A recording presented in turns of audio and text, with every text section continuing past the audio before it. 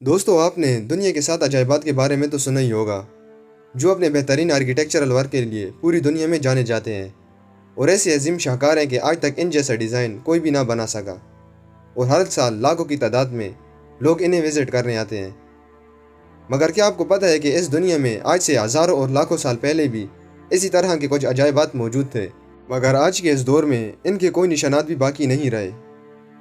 لیکن بہت سے آرکیولوجسٹ کے مطابق اس دنیا میں آج سے لاکھوں اور ہزاروں سال پہلے بھی ایسے ہی عجائبات موجود تھے جنہیں کس مقصد کے لیے بنایا گیا تھا اور ان کی تباہی کے پیچھے کیا راز تھا، ان کا علم بھی صحیح طریقے سے کسی کو نہیں ہے، اور ان قدیم عجائبات کی لوکیشن بھی صحیح طریقے سے کسی آرکیولوجسٹ کو معلوم نہیں۔ انہوں نے صرف اپنے اندازوں سے ہی اس جگہ کی نشاندہی کی ہے کہ تاریخی حوالوں کو دیکھ کر ایسا لگتا ہے کہ یہ عجائبات ان جگہ پر موجود ہوں گے۔ دوستو، قدیم آرکیولوجسٹ پیٹر کلیٹن اور مارٹن پرائز نے ان عجائبات کا ذکر اپنی بک روٹلیج میں کیا ہے جو انہوں نے 1988 میں لکھی، اور یہ لاکھوں اور ہزاروں سالوں سے ایک پراسرار مہمہ بنے ہوئے ہیں۔ تو ان قدیم عجائبات کے بارے میں جاننے کے لیے اس ویڈیو کو اینڈ تک ضرور دیکھیں۔ السلام علیکم دوستوں and welcome to interesting talks. Number 1، the hanging garden of Babylon, Iraq. دوستو، لیجنڈز کے مطابق 6 صدی قبل مسیح میں بابل، جو کہ عراق کا پرانا نام ہے، اس پہ ایک بادشاہ حکومت کرتا تھا اور اس کا نام نیبوکدنیزر II تھا۔ دوستو، اس نے اپنی بیوی کے لیے اپنے شاندار محل میں آبشاروں اور پودوں کی بڑی بھول بھلیاں کو شامل کیا اور اپنے محل کو بالکل ایک عالیشان باغ میں تبدیل کر کے رکھ دیا تھا۔ اس کی بیوی کا نام ایمیٹس آف میڈیا تھا، جو پرشیا میں اپنے خوبصورت اور سرسبز و شاداب وطن سے محروم ہو کر یہاں پر آئی تھی، تو بادشاہ نے اس کو خوش کرنے کے لیے اس باغ کو بنایا تھا۔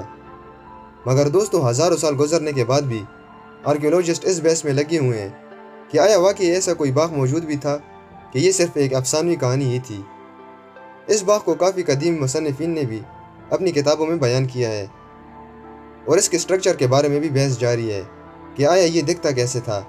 اس سلسلے میں ایک قدیم آرکیولوجسٹ جس کا نام ڈایوڈورس سیکولس تھا، اس نے اپنی کتاب میں لکھا ہے کہ اس باغ تک پہنچنے کا راستہ پہاڑوں کی طرح ڈھلا ہوا تھا اور اس کی ظاہری شکل بالکل کسی تھیٹر کی طرح تھی۔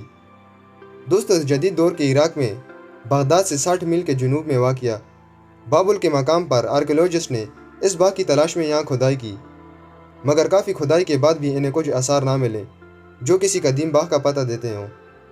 تو آرکیولوجسٹ کے پاس بھی مزید اس پر بحث کرنے کے لیے کوئی ریکارڈ موجود نہیں تھا۔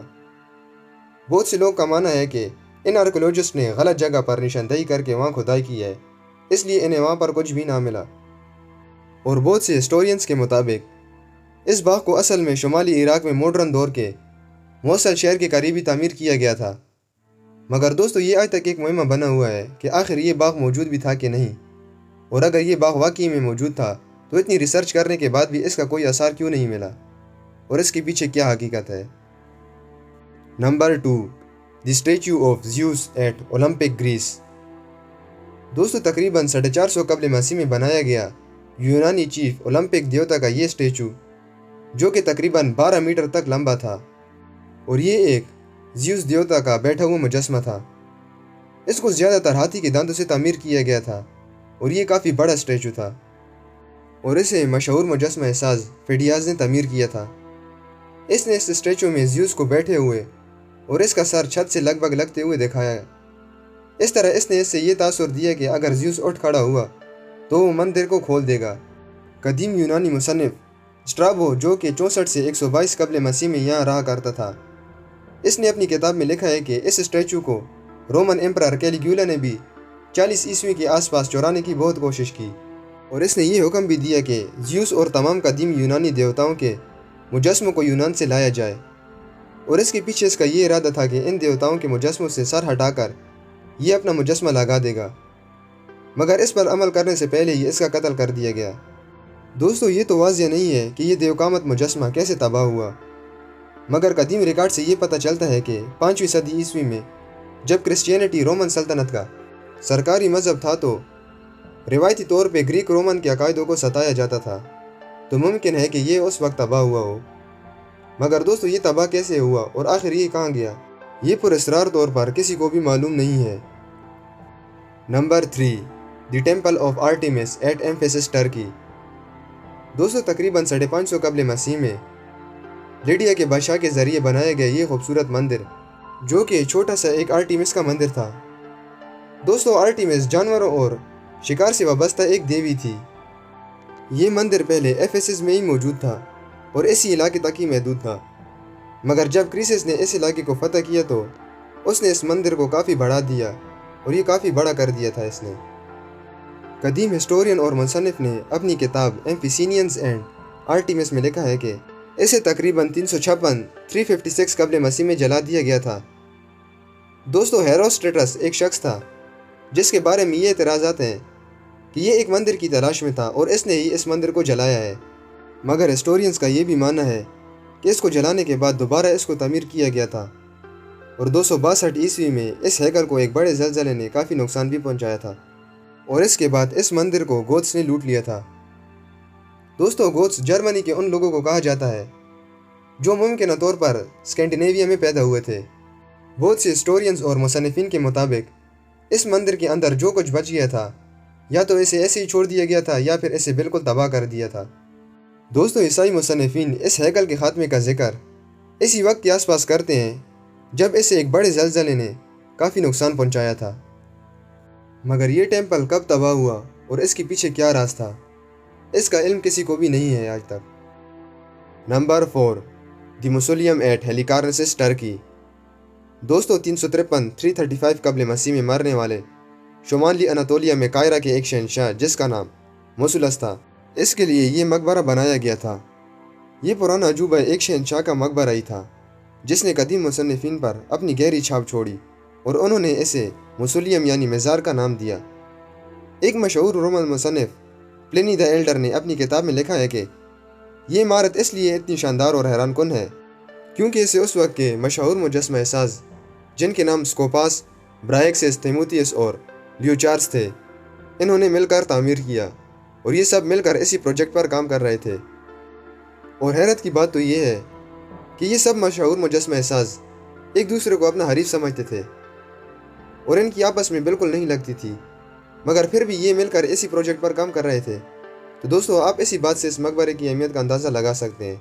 और 350 कबल मसीह में जब मोसुलस की बीवी का इंतकाल हुआ तो उस वक्त ये बात गैर यकीनी थी कि इन मुजस्समा साजों को इस मकबरे की तामीर की रकम भी अदा की जाएगी कि नहीं, मगर फिर भी इस टीम पर दबाव डाला गया और ये मुजस्समा साज उस वक्त तक ना रुके जब तक ये मुकम्मल नहीं हुआ। और ये उन मुजस्समा साजों की शोहरत और उनके फ़न की यादगार के तौर पर भी बाकी रह गया है।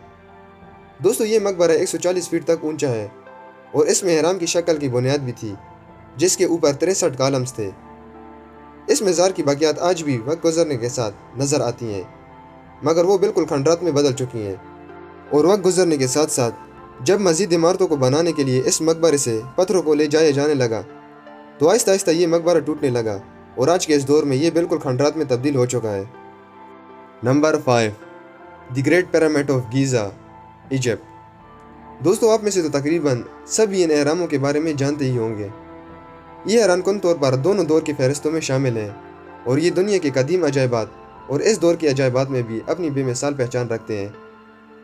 ये तकरीबन आज से 4600 साल कबल मिस्र फ़िरौन खोफू के मकबरे के तौर पर तामीर किए गए थे। इन तमाम अहरामों में सबसे बड़े अहराम का नाम the great pyramid of Giza है, जो कि मिस्री फ़िरौन खोफू का मकबरा था।